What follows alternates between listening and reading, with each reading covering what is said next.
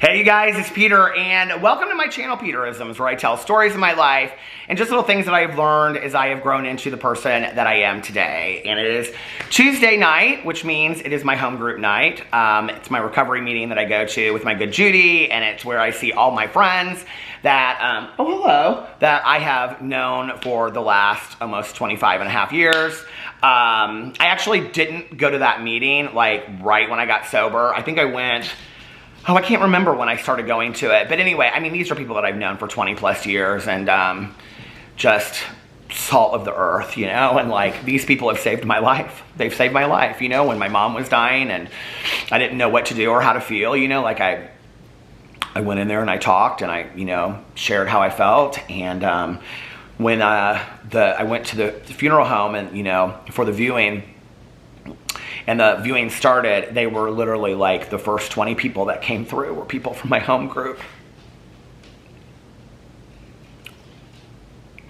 We have each other's backs in recovery, you know, and no matter if you have 1 day or 20 days or 20 years or 5 years or 1 year, you know, we all just have a daily reprieve and it's from addiction. And to all of you out there, all of my brothers and sisters in sobriety, and to those people out there that are trying to get sober, you too can have what everybody else has. And congratulations to you out there that have been and remained sober. And I love you guys.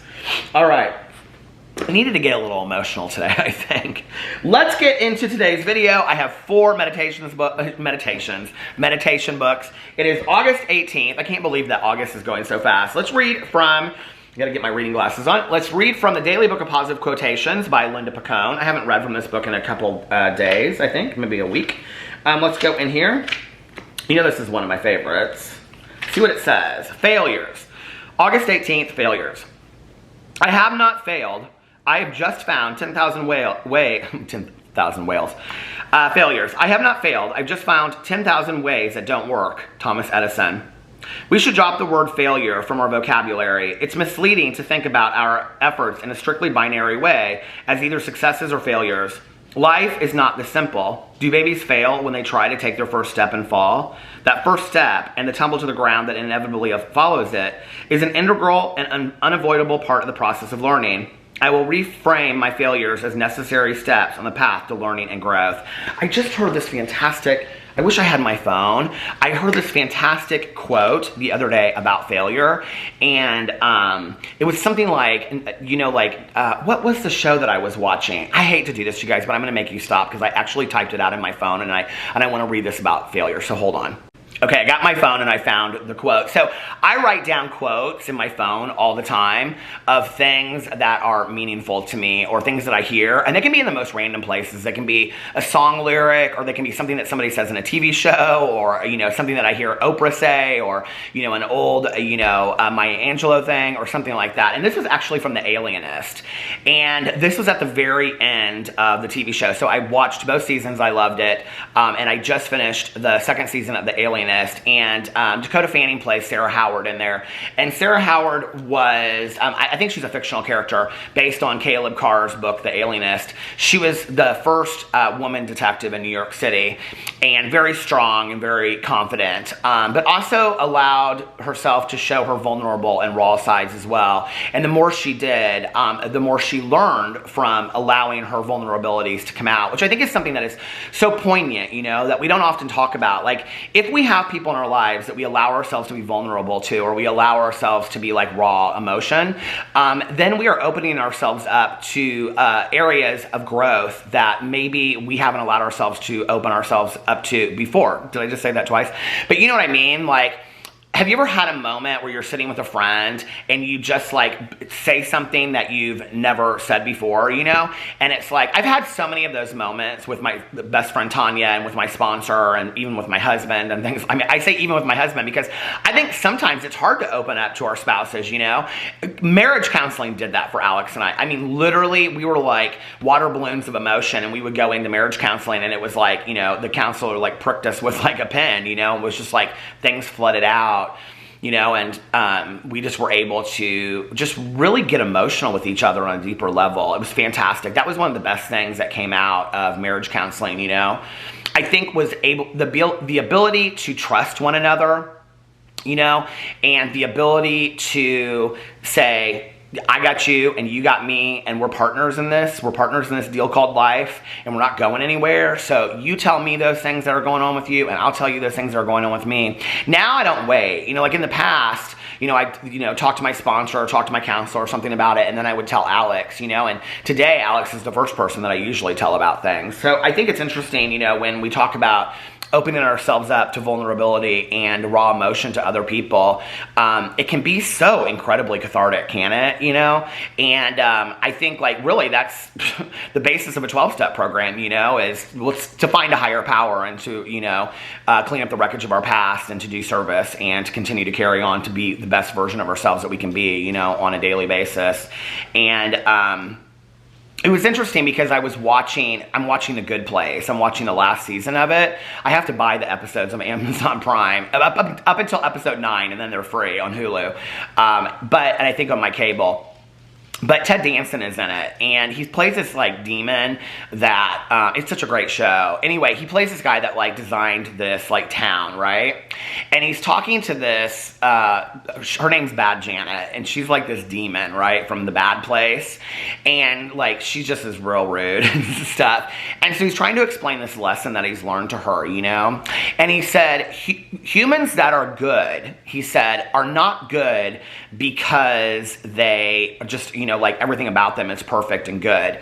Good humans are people that wake up each and every day trying to be a better version of themselves than they were yesterday. Trying to, It doesn't mean that we are. That doesn't mean that we wake up today and I'm like, oh my God, I'm so much better than I was yesterday. It means that we are willing to. The act of willingness is so powerful. Like, have you ever, okay, so like this is a recovery thing too. Like, if somebody will say, can you forgive this person? Or can you make an amends to this person? Or, because like sometimes it's really hard to make an amends to somebody, especially when you feel like that person owes me an amends too. Like that is a really hard amends to make when you go into it, because like, I always discuss it with my sponsor. I always pray on it, and I try to go into it with no expectations, right? But when you go into an amends, you're supposed to go into it not expecting anything in return. You're literally just taking ownership for your own behaviors and actions of the past. And it's not saying I'm sorry, okay? It's saying I've changed. An amendment is a change. It's to say I've changed and I won't do it again in the future, right? So, it's interesting when you go into it, and it's like it's really hard because you're like, I still have some anger and resentment towards this person, and I feel like they owe me an amends too, right? So it's really, really hard because people aren't perfect, there's people, and I've made amends to people that will never take ownership over their part, right? But it's not about that. It really isn't. But I'm not a perfect person, and I have to tell you that there have been times when I knew that I needed to make an amends to somebody, but I wasn't there yet. Like, I couldn't see past the anger. And my sponsor or my friends would say to me, okay, you're not able to do it today, but are you willing to? Like, do you think down the road you could? And I said, yeah. Or they're like, can you? And if I'm like, no, they're like, can you pray for the willingness then? Can you pray and say, okay, to my higher power, to whatever you believe in, please make me willing at some point to make this amends, right? So there's a lot of action that we can do before we actually go do something. Like, we can be willing to, we can be honest about our emotions. We can be open about that. That's the HOW, is the how, like the honesty, open-mindedness, and the willingness to like put into, any action in our recovery. I try to take things from recovery and apply it to personal life, but that's what you can do in your own life as well. But anyway, I loved this quote, and this from Sarah Howard from The Alienist. It's human nature to make mistakes. We sometimes might fail, but we should not be defined by our failures. I think that this is the thing. Like, at first when I heard it, I was like, I love this. And then the more I thought about it, I was like, we should not be defined by our failures, right? Who should not be defined by their failures? And I started thinking to myself, if you're a person that I think shows accountability and shows that you want to continue to grow and develop, right? Then you're not a person that's going to be defined by your failures. But if you're a person that is unwilling to take responsibility and accountability for your actions, people are going to define you for your failures, okay? And it's not their fault. It's your fault. It's your responsibility to take accountability for your actions, okay? So that you are not defined by those failures. If you have mistakes you have made in your life, right, and you try to rectify those and you try to learn from them and do better, people will only see the growth. If you continue to make failures over and over and mistakes over and over and over again and you never grow from them, people will only see the failure. So how you are defined is up to you. So if you sit around and you think, you know, people don't like me, and people say this, and people always think I'm a failure, and people always think I'm a mistake, what have you learned from those things in your life? Everything that happens is a lesson for growth, you know? I've learned that from every person in recovery. My sponsor says it to me all the time. She's like, this is an opportunity for growth. Are you going to take it? I mean, she doesn't BS with me. You know, I'll call her and I'll be complaining about something. I'll be like, well, this isn't fair and whatever. And she's like, well, life is not fair. So we're not even going to talk about that, right? But she'll say like, and I'll be complaining about how somebody, you know, whatever. She's not real like, oh, I'm so sorry and blah, blah, blah, blah, blah. She'll be empathetic to me if she thinks that somebody really did do me wrong. But then she usually asks, you know, like, well, what's your part in that? Do you have any part in that? And then she'll usually say something to the effect of, and this is an opportunity for growth for you, okay? This has nothing to do with the other person. This was one of the most valuable lessons I learned in the last 2 years, right? When I really have focused, I have like done daily focused attention on myself through meditation and prayer and 12-step work and service. And I've really, really worked on myself and taking a look at who I was and who I want to be going forward, you know? And one of the most valuable lessons that I learned was this, and I've talked about this a lot on here. It's real easy to want to tell on somebody, right? Like, don't we all want to tell on somebody? I mean, if you were honest with yourself, at some point in your life, you've wanted to tell on somebody. And what I mean by that is, you want to say, but see, this person did me wrong. If you knew what this person did to me, then you would feel the way that I do. You would have the anger, the resentment, the bitterness in your heart that I have if you knew what that person did to me, right? What I realized was it's not just that one finger pointing that way has 3 fingers pointing back, which is true, right?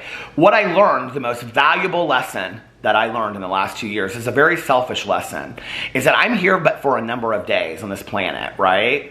Why do I want to consume my time with what somebody else did to me? Because the more I focus on what that person did to me, the time I am taking away for opportunity for growth. So if I'm sitting here telling you what Sally, Joe, and Judy Smith did to me, and what nasty people they are, I was going to say a bad word, how rude they are and all that kind of stuff, then that's time I'm taking away for growth for myself to learn about myself. And I'm sorry, but I'm not willing to give people that time. I'm just not, you know? I want to focus on Peter. I want to focus on me growing, right? Like, I hate to talk about myself in the third person. I want to focus on me being able to be the best person in the world. So if I'm focusing on them, I can't focus on myself. I can't focus on 2 things at the same time. No. And forget them. Their growth is their responsibility. My growth is mine. And I want to grow, you know, so that I can become the best version of myself that I can be. When we talk about like growth, like emotional developmental growth, it's kind of like this, right? Has there ever been a topic that you're really interested in that you know nothing about, right? Like, I'm like really getting into like plants and gardening and things like that. But no, I am, and I'm trying to revive my plants outside. And it's like I've been watching all these YouTube videos, right? And then you get to a point where it's like you get here, and then it's like, okay, you know all that stuff that they had to teach you. And then you go up a step and you read more, right? And then you're like, oh. And over time, like a period of 5 years, you become kind of like a plant expert. Like, you know how to teach other people things, right? If that makes sense.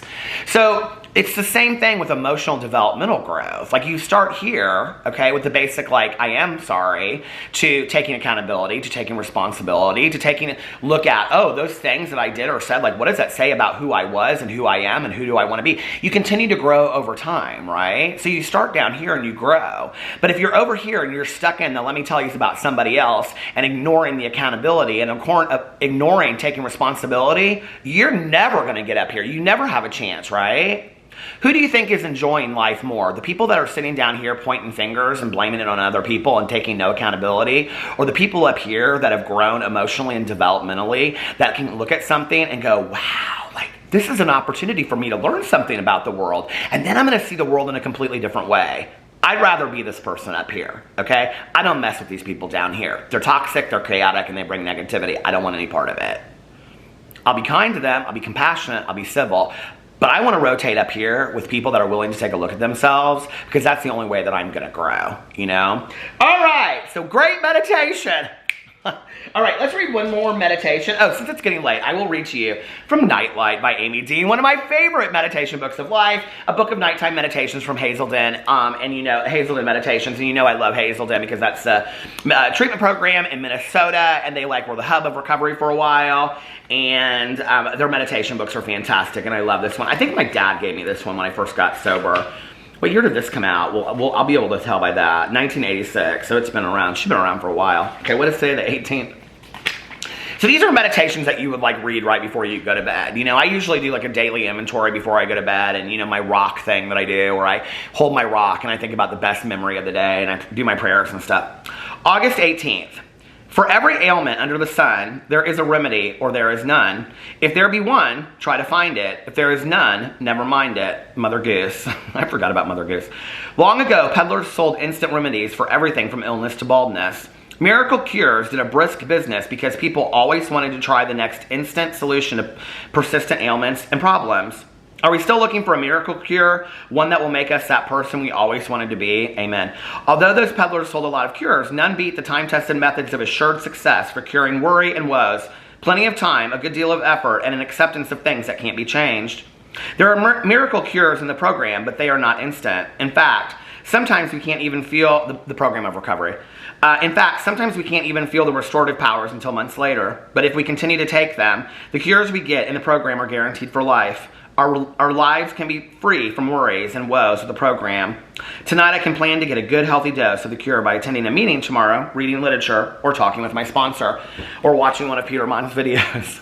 No, I think it's, you know, like this is where I was talking about down here versus up here. You know, it's like this is where the growth occurs. This is where the learning occurs, right? Like those things that you're going to learn, those restorative miracles are up here. They take work. They take time, you know, like nothing that has been anything in my life that was worth it just came to me with ease. It just really didn't, you know, like everything valuable in my life, from my recovery to my marriage, you know, to my friendships in my life, you know, all of them were built over a period of time with a strong foundation. You know, you think about building a strong foundation of like a house, right? Oh, Tucker.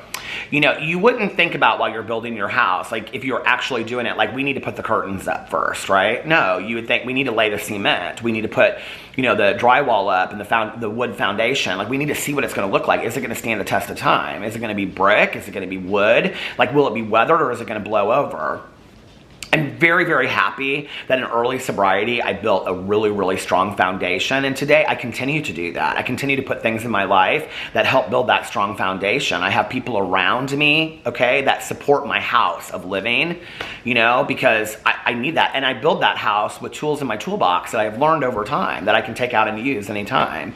So hopefully my house doesn't blow over, right? And the stronger that foundation that I build, the stronger that I'm going to be in life, you know, and I wish that for everybody. I want that for everybody. Build a strong house of whatever. If you're not a person in sobriety or recovery, that doesn't matter, right? Build the foundation of your house with people that love and support you. And if they don't love and support you and they don't say nice things to you, get rid of them, okay? Like, you don't need people like that in your life. Sure, I've given those people 5th and 9th chances, and I've said to them, hey, listen, like, I don't like it when you talk to me that way and you bring a lot of negativity in my life. And some people have changed, and I have been that person in people's lives as well. And people have given me opportunities to change. And sometimes I did and sometimes I didn't. Today, I want to change and be a better person.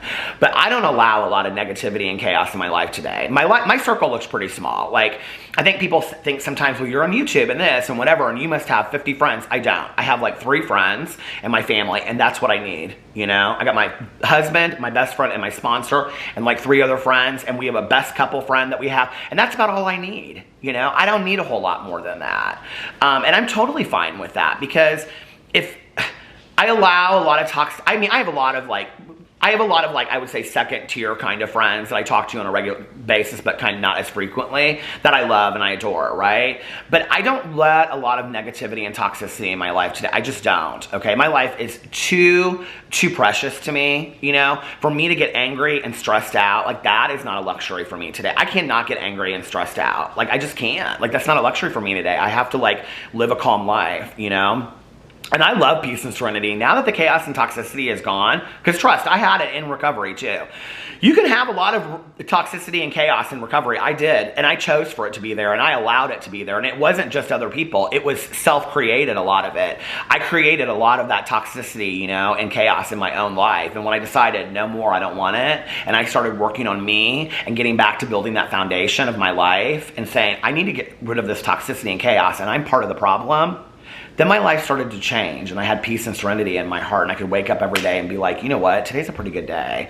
Today I woke up and I had to start my day over real quick. You know, I talk about that on my vlog. I woke up and I just was like, you know, you just wake up on the wrong side of the bed. Well, I truly did today. I talked about it in my review video. But anyway, I woke up facing the wrong way towards Boo Radley's butt. True story. Okay, I was like, what is going on? And I just didn't feel it today, you know. But I was like, I'm starting my day over. I'm not wasting my day. This is a day I'm exchanging for, you know, my life. Like, you know, I want to read this actually really quick. I don't read this very often, but this was something that we used to read every single day in treatment and when I worked in treatment. And I want to read this because this was something that is like so dear to my heart. And it's called this is the beginning of a new day. God has given me this day to use as I will. I can waste it or use it for good. What I do today is important because I am exchanging a day of my life for it. When tomorrow comes, this day will be gone forever, leaving in its place something that I have traded for it. I want it to be a gain, not loss, good, not evil, success, not failure, in order that I shall not regret the price I paid for it. I don't want to waste today. I don't want to waste any of my days. They're so precious, aren't they? Anyway, I love you guys, and I'll see you tomorrow. Bye.